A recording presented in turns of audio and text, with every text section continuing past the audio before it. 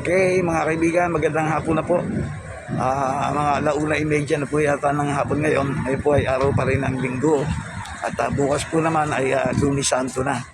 Ayan, medyo matahimik na rin po rito sa kalsada na to, no? Nandito po tayo sa kalye po ng St. Joseph, corner ng St. Jude. Kay Malinta po ito, Valenzuela City. Ayan po. Ito pong establishmento na nakikita niyo po yan. Yung malaking yan. Kasi po nasa gawi tayo ng likuran nito. Pure Gold po yan, Pure Gold Junior. Yan po.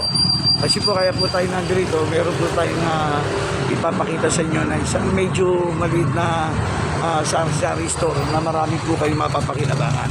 Ayan po, medyo malinis po itong kalsada po ng ng St. Joseph, Malinta. Ayan. Ito po yung nakita natin na gusto ko pong ipaalam sa inyo at siguro marami po kayong biglang mali-discover na maaari nyo mabili. Ito po yung pang-araw-araw po ninyo na gustong bilhin o dito po kayo sa Eva Store.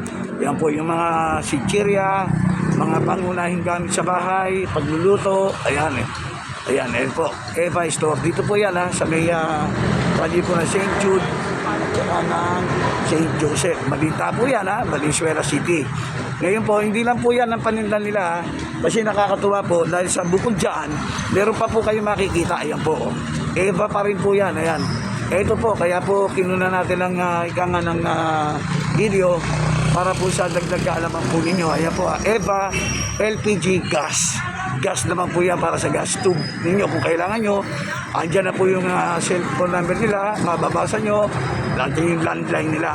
Yan po, nakalagay sa inyo kung ilang kilo at kung ano ang mga tatak. Okay?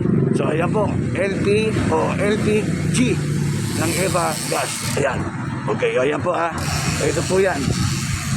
Ito po kung mga ilang kilo, ayan po, ipapakita natin muna sa inyo bago nyo bilhin Ayan po, kung ilang kilos po ang mga binibili ninyo, kung anong tatak at ilang kilos po yan. Ayan. 11 kilos, 2.7 o 11, iba't ibang klase po yan na mga gas tube yan. Okay, ayan po naman ang sample. Ito po, ayan po yung mga sample ng gas na binibenta ni Ma'am Eva.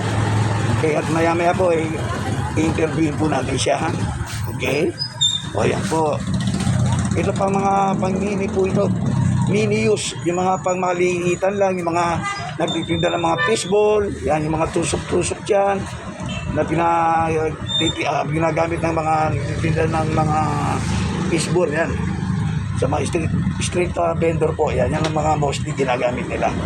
So eto na po ang may-ari, ang nagme-may-ari at walang iba kundi ang siyang namamahala ng tindahan ito, walang iba kundi si Ma'am, ano po pangalan?